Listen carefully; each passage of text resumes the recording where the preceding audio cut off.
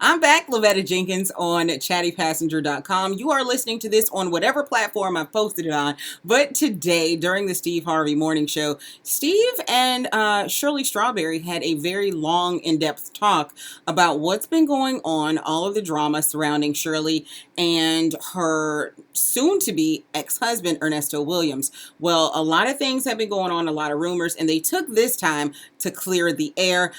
If you are here from part one, welcome. If you have not heard part one, I urge you to go back and listen to that because it has a lot of great context in it. And here we're going to catch up with part two. Everybody, and our strawberry letter this morning, as you can see, is a very, very real letter. I'm not going to interrupt it at this point. Shirley was going over some of the key points about how she discovered the actions of her husband, the date that she discovered it.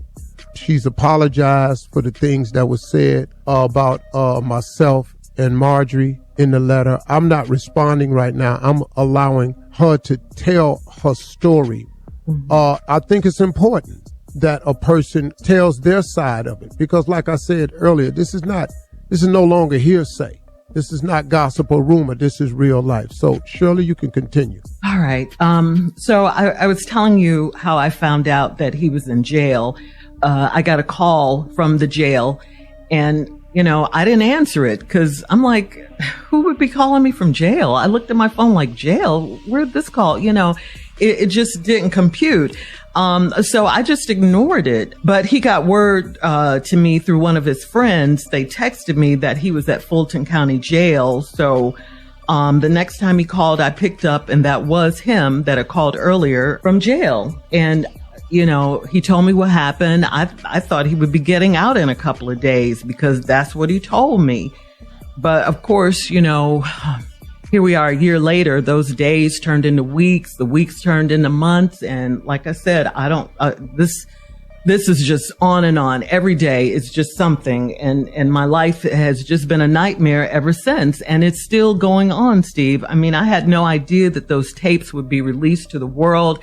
I knew that they were being recorded, but I didn't know that they were going to go out to the world. I mean, I was just trying to make conversation with him, trying to, just get him to think about something other than where he was. I was telling him about my day, this particular day, and that was the day we were talking about, on the phone when I said those things about you and the things that you heard and the world heard.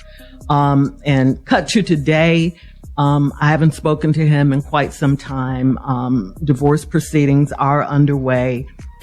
And Steve, at this point, all I could say is what I have is my faith. If it wasn't for God, I probably would have, lost my mind or something in this instance.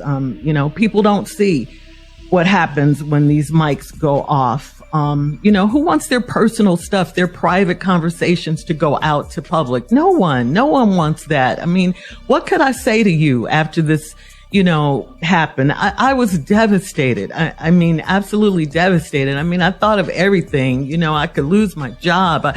How could I face you? Everything, what I'm going through is what I'm going through, and I've been going through it for over a year. I just haven't spoken about it.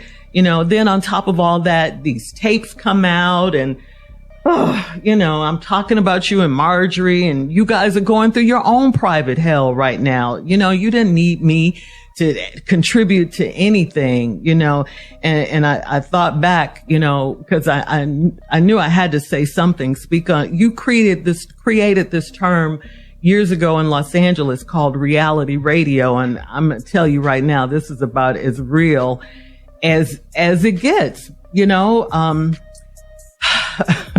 Sure. And the reason I'm here before you now, I wanted to say it live on the radio, is because your name is in it. We've been friends for a long time, Steve, and these jail calls were made public, and I wanted to give you and Marjorie a public apology and to ask for your forgiveness publicly. I just wanted to have a real moment with you. And, I have to tell you, I've been coming to work every day because, it's my only safe haven right now. It gave me a place where I could still be myself and forget my troubles for a little while, and just, do my job. I want to thank you guys. I want to thank you, of course, Steve, Tommy, Junior, and of course my girl Carla, for the space and the grace that you guys have shown me. This is a very difficult time in my life, is if you can imagine. I love you guys. We're family, and I thank you. And I just want to thank everyone. I'm just trying to live. I'm sorry for what you and your wife are going through right now in your life. And I hate your names were dragged into my drama because you certainly don't deserve it. That's it. Well, Shirley, let me say this. First of all, what's happening to me and Marjorie, I'm going to address that. But let me say this, though. The devil is busy. The devil is busy. And the devil don't come for those he got. He sends those that he has. So now, with all that's going on around us right now, what I do understand, though, see, this jailhouse conversation you had was last year in October 2022. But the devil know how to pile on at the right time.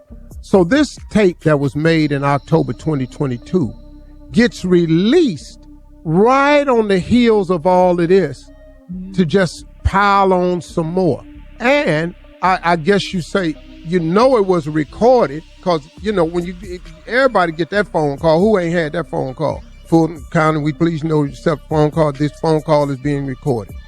We come back, we'll address some more of it. This strawberry letter look like it's about to be the 9 o'clock hour. So we'll be back with more. So you guessed it, there is going to be a part 3 to this. I ask that you stay tuned. I'm really posting these as they are saying them live on the show, and things will be available. Hopefully by the end of all of this, we will get the true and full story of what's going on. It's been Lavetta Jenkins of chattypassenger.com. Stay tuned for part 3.